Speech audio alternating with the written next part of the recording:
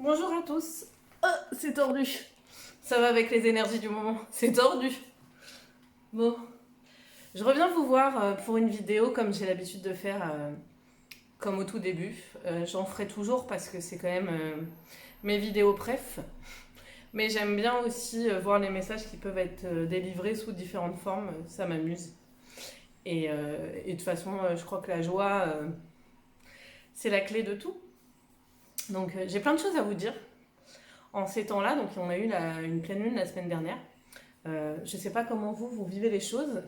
Pour vous dire, en fait, il n'y a que des couilles. Là, par exemple, j'ai une guêpe qui se trimballe dans mon salon. Il faut savoir que j'ai la trouille des guêpes. Et que depuis tout à l'heure, quand j'essaie de faire quelque chose, et je pense que c'est pas anodin que cette guêpe, elle soit là, là maintenant. Enfin, j'ai vraiment... Enfin, ça va vraiment en lien avec le message que j'ai envie de vous transmettre aujourd'hui.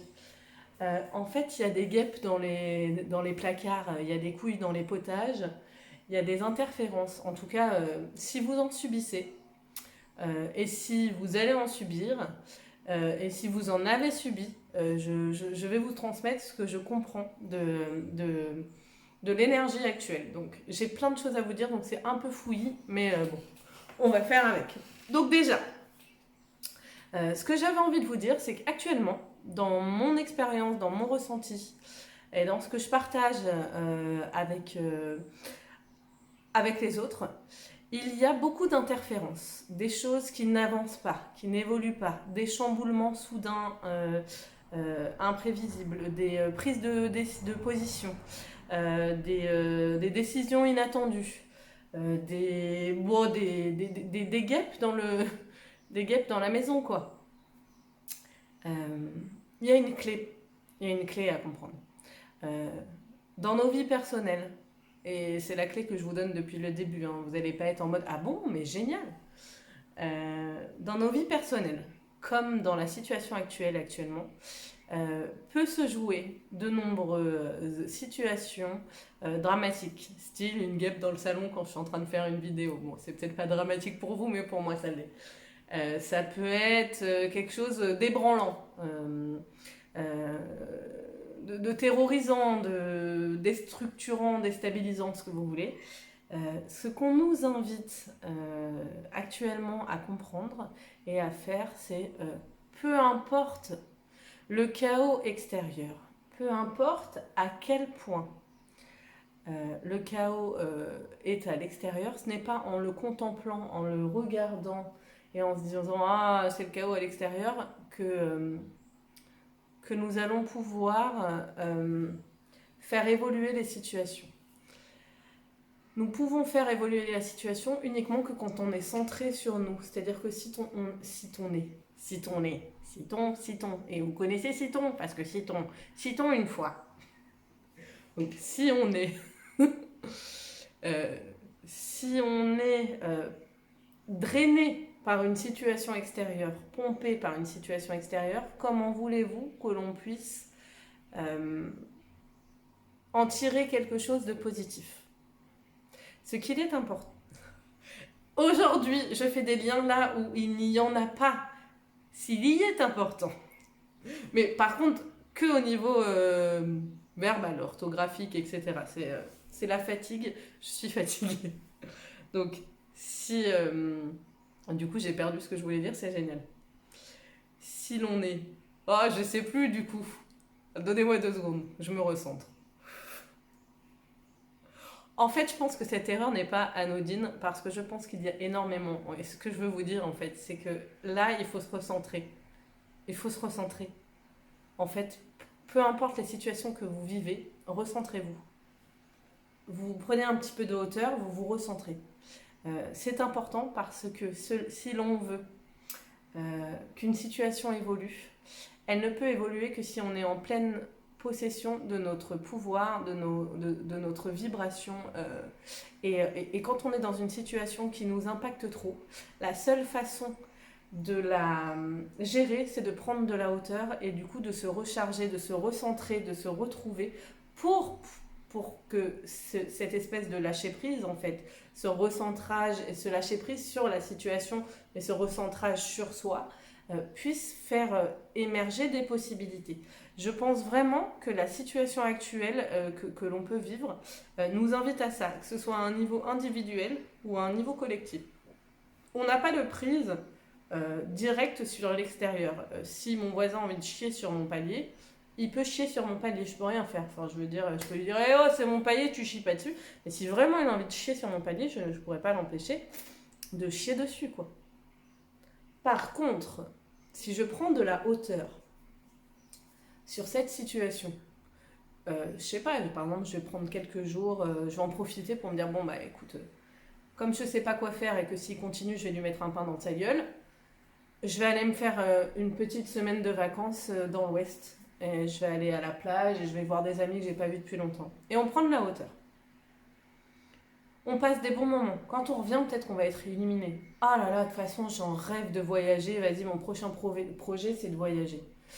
Soit ça va être, eh ben moi aussi, ça tombe bien, j'ai une gastro, je vais aller chier sur son palier. Bon, c'est pas super sage, mais voilà. Enfin, je vous donne des exemples débiles, mais tout ça pour vous dire que la seule possibilité pour pouvoir construire dans cette situation, ça peut être aussi, j'y avais pas pensé au-delà de chier sur son palier, mais c'est quand même pas mal, c'est de taper à sa porte et de dire, excusez-moi monsieur, qu'est-ce qu'il y a? Qu'est-ce qui se passe? Oui, à chaque fois que vous passez devant moi, vous me dites pas bonjour, j'en sais rien moi. Ah d'accord. Donc parce que je vous dis pas bonjour, vous faites caca sur mon palier. Ah, eh bien écoutez, si je vous dis bonjour, est-ce que vous arrêtez de faire caca sur mon palier, monsieur? Oui? Bon bah alors dans ce cas-là, je vous dirai bonjour tous les matins. Voilà.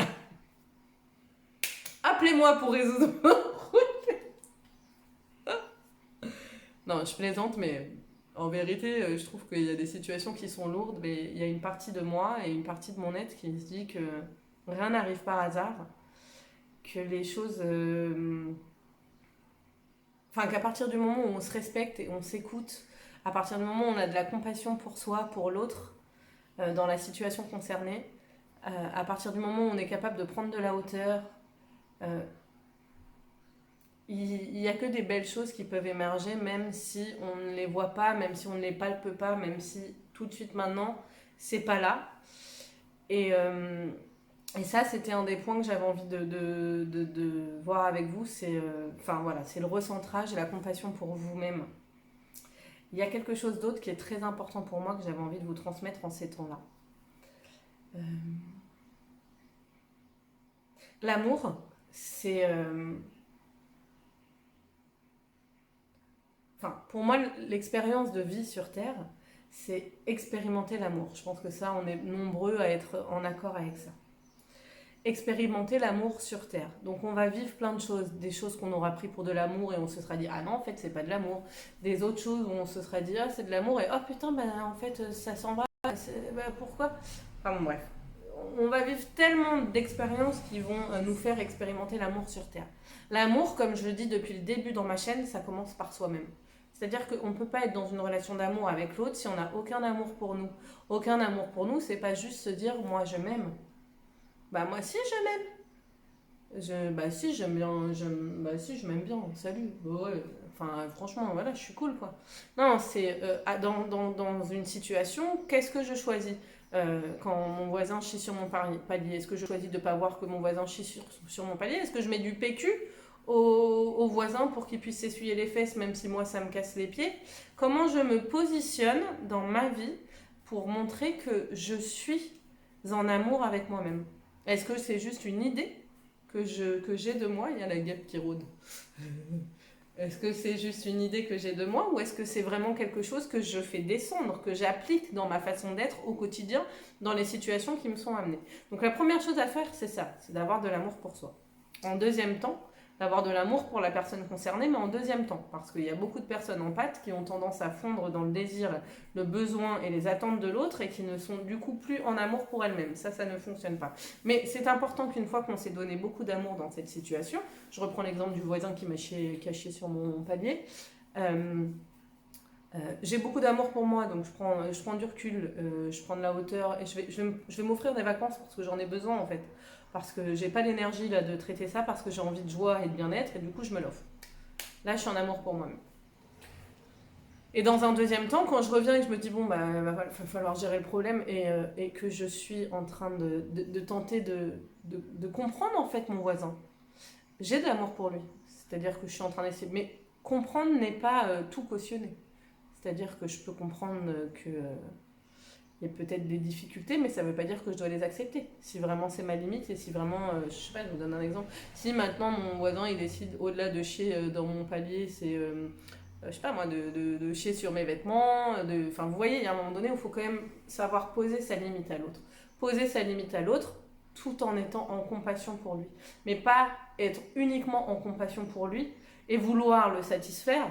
Parce que là, on n'est plus dans l'amour de soi, on est dans le désamour de soi-même. Et c'est là où se crée le déséquilibre. Donc, personnellement, par exemple, quand on est dans une relation d'amour, elle ne peut perdurer que si et seulement si l'amour de moi est compatible avec notre relation. Si on arrive à un moment où l'amour de moi n'est plus compatible avec la relation, qu'elle soit amicale, amoureuse ou autre, on arrive à un temps de recentrage en fait, de recentrage sur soi, nécessaire pour savoir la suite à donner. Voilà, déjà ce que j'avais envie de vous exprimer. Du coup, je parlais d'amour et je me suis perdue, mais je ne me suis pas complètement perdue parce qu'en fait, ce que je voulais vous dire, c'est que du coup, dans ces moments-là où on est un peu désorienté, confus, quand la vie nous joue des tours et nous crée des drames, on va chercher parfois, et à juste titre, de l'aide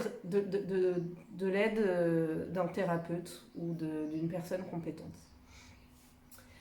Là où j'ai envie de mettre une alerte, c'est que quand on est dans une situation de vulnérabilité, on est plus fragile et on est plus sujet, du coup, plus perméable aux émotions négatives et aux choses qui nous plombent.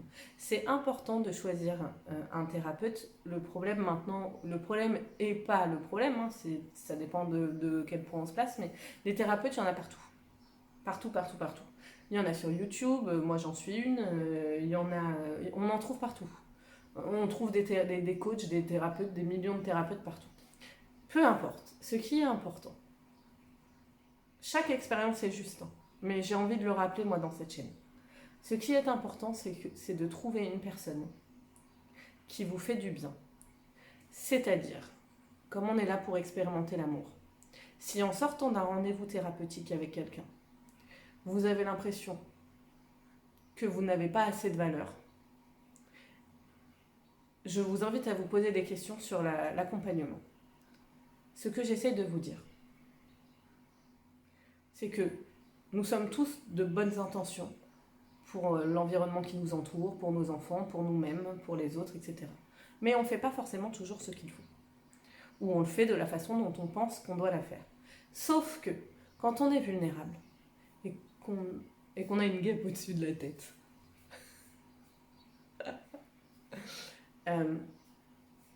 choisissez bien les personnes. Sélectionnez les personnes qui peuvent vous aider à remonter. Les personnes qui peuvent vous aider à remonter, c'est quelqu'un qui va avoir de la compassion, qui va nourrir de la compassion pour vous et qui, du coup, à la fin de l'entretien, vous aurez aussi beaucoup de compassion pour vous. Si vous ressortez d'un entretien en pensant que vous n'avez pas fait ce qu'il fallait, vous n'êtes pas assez ceci, vous n'avez pas nanani, c'est pas un entretien qui est constructif. Alors tout dépend de ce qu'on a envie de jouer. Si on a envie de jouer je remets mon pouvoir dans les mains de l'autre, on peut continuer ce genre de relation thérapeutique puisque la personne ne jouera que le rôle qu'on lui a donné, à savoir guide-moi, toi qui connais mieux que moi. Par contre, si on a juste envie de retrouver notre pouvoir et juste de s'appuyer un temps pour pouvoir aller plus haut, il est important de choisir avec conscience et avec amour pour soi-même quelqu'un qui nous permet de connecter avec nos ressources sans jugement pour notre parcours, sans nous dire qu'on devrait en être ici alors qu'on en est là, sans nous faire avoir l'impression qu'on s'est leurré. Ce que je veux vous dire, c'est que ça ne veut pas dire que la personne ne doit pas vous aider à vous remettre en question, mais jamais avec un sentiment de j'ai mal fait. Toujours avec un sentiment de j'ai l'opportunité de pouvoir faire autrement. Et je comprends que ce que j'ai vécu, c'était pour me faire prendre conscience de ça. Et du coup, j'ai de l'amour pour moi. Et ce que je vais mettre en place, je vais le faire par amour pour moi. Et non pas dans une énergie et dans une vibration de j'aurais dû parce que je n'ai aucune valeur en l'état. La personne qui va vous rencontrer, elle vous rencontre à un instant T. Un instant T où vous êtes vulnérable. Si elle vous étiquette et elle vous palpe par rapport à cet instant T-là qu'elle vous voit, elle ne voit pas l'entièreté de qui vous êtes. L'entièreté de qui vous êtes, c'est toute la vie que vous avez vécue là maintenant, même toute l'âme que vous êtes euh, euh, ici et dans les autres vies. Et elle n'est pas là pour émettre un jugement sur ce que vous vivez actuellement. Elle est là pour vous reconnecter à votre puissance. Parce qu'on est tous puissants. Et à vous dire, mais la vie, c'est pas une réussite à tous les examens. On n'est pas là pour ça. La vie, c'est de l'expérimentation. La vie, c'est des opportunités. La vie, c'est du détachement. La vie, c'est du jeu. La vie, c'est de la joie. C'est de retrouver de la joie. Alors vous allez me dire, j'arrive, je sais pas, moi je viens de me prendre une trahison dans la tête, je suis en pleurs, la joie. Mais c'est normal que là tout de suite, la joie, tu la connectes pas, tu viens de vivre quelque chose. Maintenant, ça va être au thérapeute de t'aider à voir que finalement, ta façon de te positionner, tu t'es choisi, tu t'es aimé, tu te veux du bien, tu viens me voir. Tu viens me voir pour que je t'aide à reprendre contact avec tes ressources et moi je vais te les montrer tes ressources. Regarde comment tu as agi. Regarde d'une situation sur laquelle tu n'avais aucun impact, regarde ce que tu en as fait. Et regarde ce que tu peux en faire. Et du coup là on revient avec un sentiment non plus uniquement de oh putain j'ai été trahi, mais en fait j'ai quand même encore la possibilité d'agir comme j'ai envie malgré cette trahison sur ce que j'ai envie d'en faire en fait dans ma vie. Et c'est vraiment la posture du thérapeute qui va vous suivre. C'est vraiment là-dessus que j'avais envie d'axer ma vidéo. Parce que ça me semble important. Ça me semble important et je pense, ça n'engage que moi, mais c'est ma chaîne. Et du coup, je le dis, je pense que quand on sort d'un entretien thérapeutique, on doit se sentir confiant et en paix. Et même si on se rend compte de certains mécanismes chez nous, on a dû ressentir qu'il n'y avait aucune culpabilité à avoir. Et si on a de la culpabilité, c'est pas de la culpabilité qui a été créée par la personne en face, c'est de la culpabilité que nous, on se traîne. Et on le sait et on le sent. Je sais pas si vous comprenez ce que je veux vous dire. Voilà, donc c'est ce que j'avais envie de vous dire. J'avais envie de vous dire de prendre soin de vous, de vous aimer et d'avoir de la compassion pour les gens, de ne plus de vivre, de kiffer votre vie à l'instant T, de donner votre énergie aux personnes avec qui vous pouvez construire et co-créer, de reprendre votre énergie quand vous voyez que c'est une énergie qui part en perte, de ne pas juger du mieux que vous pouvez, parce qu'on juge tous d'une certaine façon et on fait du mieux pour ne pas juger, mais en tout cas, de ne pas juger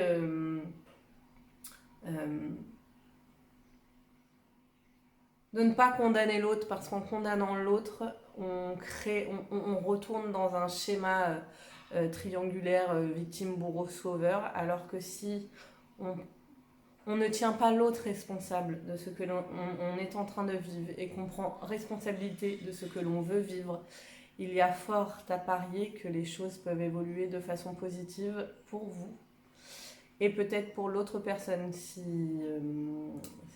pour les autres personnes concernées si elles sont appelées à ce mood-là.